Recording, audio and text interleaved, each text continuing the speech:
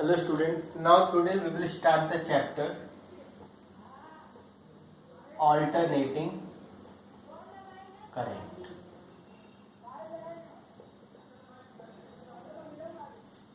Alternating current, class 12. Now, first of all, alternating current. तो जब हम let us talk about current, पहले हमें ये पता होना चाहिए current क्या होता है. Current basically क्या होता है? अगर हम बात करें current की, तो हमें पता है we know that rate of flow of charge per unit time. What is? It is defined as rate of flow of charge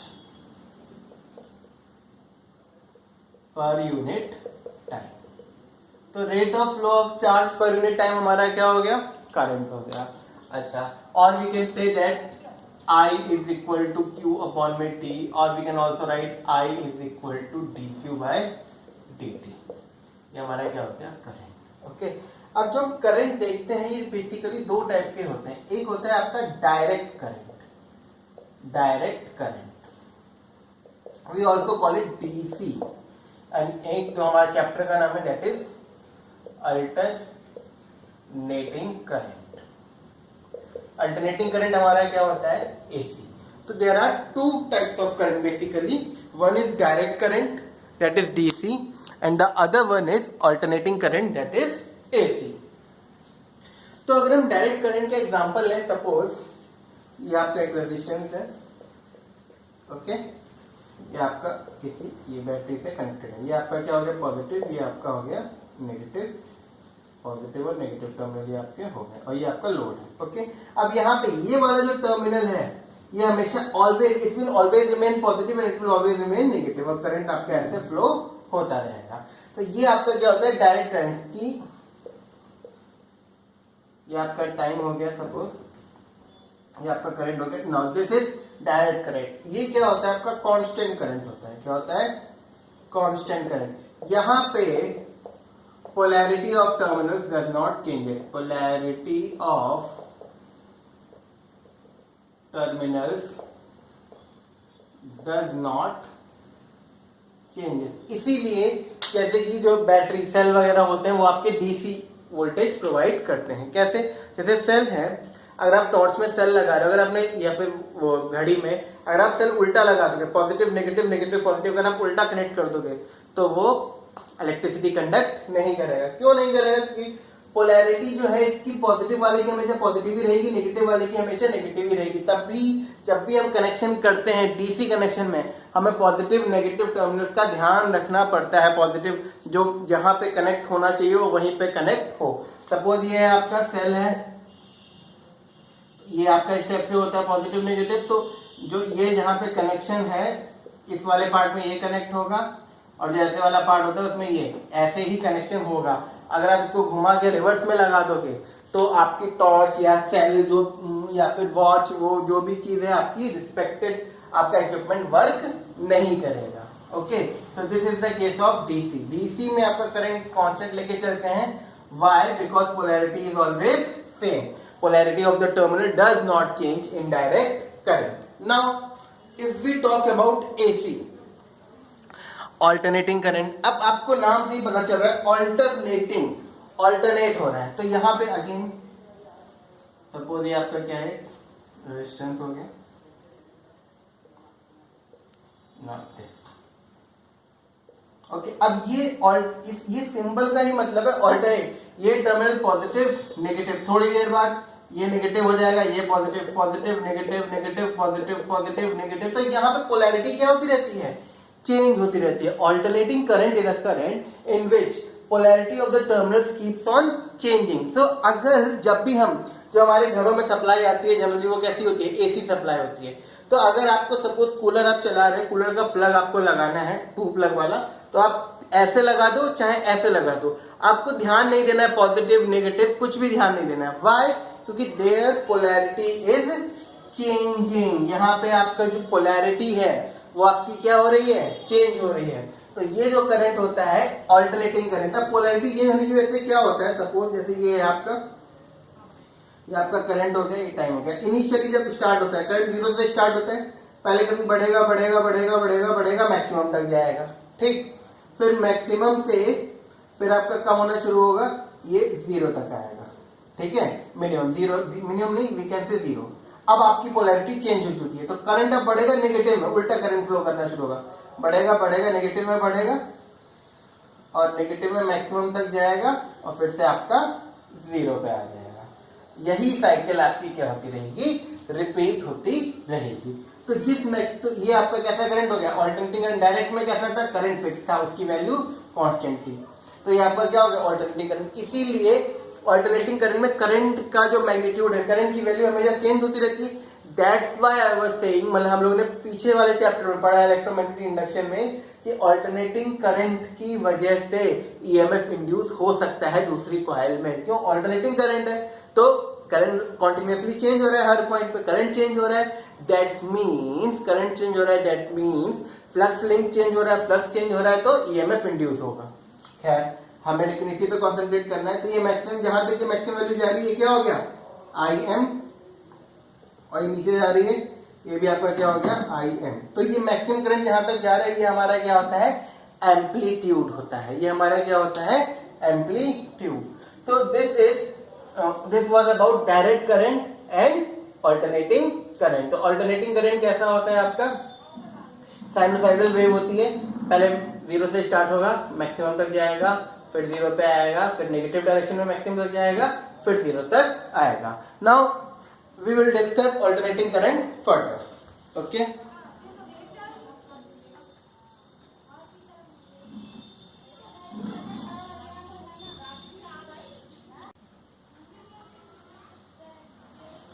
अब हम ऑल्टरनेटिंग करंट देखेंगे किसके लिए, एक रेजिस्टिव सर्किट के लिए। ठीक है, अब देखो ये आपका हो गया एक रेजिस्टेंस हो गया, ओके, ये हमारा क्या हो गया, ऑल्टरनेटिंग करंट। ठीक है, अब हमें पता है यहाँ पे जो करंट है वो फंक्शन ऑफ टाइम है, तो alternating current is function of time, that is I is equal to, अगर हम इसकी वेव बनाए, वेव कैसा आ रही थी आपकी, ये दिस इज ओके। अच्छा ये देखो यहां से स्टार्ट हो रही है, जो 0 से स्टार्ट हो रही है, साइन वेव है, तो आई इक्वल टू क्या हो जाएगा आपका, I M sine omega T. I equal to यहाँ पे क्या हो जाएगा, I M sine omega T. Okay, अब आई एम क्या है, आई एम क्या है, पीक वैल्यू,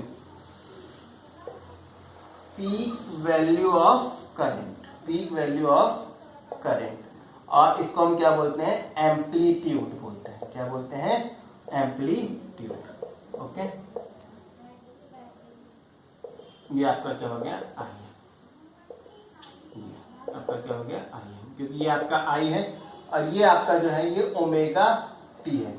अब वाई ओमेगा टी क्यों, एंगुलर मोशन है, जब हम एंगुलर मोशन की बात करते हैं तो आपका क्या होता है, omega T, omega T angular displacement. ठीक है, अब लेट अस टेक सी, अब आपका यहां से स्टार्ट हुआ, यहां पे आपका क्या है, कितना डिस्प्लेसमेंट है, 0। ओके, जब आप यहां पे आए, यहां पे आए, यहां पे आए, ठीक है, तो या फिर ओमेगा टी रहते वर्सेस टाइम कर लोगे। ठीक है, तो यहां से यहां तक पूरी साइकिल कंप्लीट होगी, तो यहां पे जो टाइम पीरियड है वो क्या हो गया आपका, टी। ये जो टाइम पीरियड है आधी साइकिल का क्या हो गया, t/2। ये जो टाइम पीरियड है आपका क्या हो गया, t/4, और ये आपका क्या हो गया, 3t/4। ये हमने 4 पॉइंट्स आपने निकाल लिए। अब इन पॉइंट्स पे हम आई की वैल्यू देखेंगे। ठीक, करंट की वैल्यू इन पॉइंट्स पे देखेंगे। ओके, तो first of all I am आपका हो गया, और आई जो है वो क्या है, इंस्टेंटेनियस वैल्यू, क्या, इंस्टेंटेनियस वैल्यू ऑफ करंट। ठीक है, मतलब कि करंट एट एनी इंस्टेंट, कोई भी टाइम पुट करोगे उस इंस्टेंट पे जो आपका आई आएगा ये करंट, और ओमेगा क्या है, angular velocity. Okay, now let us see about current, अलग अलग वैल्यूज। ठीक है, तो I M first of all अभी मैं इरेज कर रहा हूं, again I will make it. हमें पता है आई इज इक्वल टू क्या है, I M sine omega T, we know that I is equal to I M sine omega T. अब हमें ओमेगा पता है, ओमेगा क्या होता है हमारा, omega is equal to 2π/t। ठीक, तो इसका मतलब अब पहले फॉर आपका टाइम क्या है, t इज इक्वल टू 0, तो I इक्वल टू क्या हो जाएगा, I M sine omega into zero, zero, तो I इक्वल टू क्या हो गया, जीरो। जब आपका टाइम जीरो है तो करंट क्या हो गया, जीरो, देखो आपका जीरो है। अब T/4, नाउ ये पहली कंडीशन हो गई। नाउ अब for time is equal to T/4, जब आपका T/4 पे है तो आपका I इक्वल टू क्या हो जाएगा, I M sine omega into T/4, क्योंकि T की जगह में T/4 पुट किया, ओमेगा की वैल्यू पुट कर दो, क्या है, ओमेगा की value is 2π/T, then I is equal to I M sine 2π/T into T/4, T से T cancel and 2 1 the 2, 2 2 the 4, what you will get, I is equal to Im sin π/2, sin π/2, sin 90 की value कितनी होती है, 1 होती है, इसका मतलब I is equal to Im। तो at t is equal to π/4 आपका जो करंट है वो मैक्सिमम वैल्यू शो करता है, दैट इज एम्पलीट्यूड के बराबर। Okay, now similarly again we are taking for t is equal to T/2,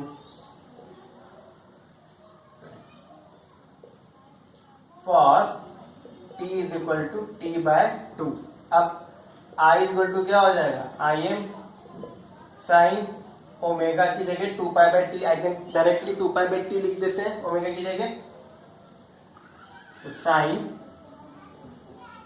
2π/T into T/2, तो आगे साइन पाई, तो I इज इक्वल टू क्या हो गया आपका, I M sine pi, sine pi sine 180 कितना होता है आपका, जीरो होता है, साइन 180 जीरो होता है, that means I M is equal to zero.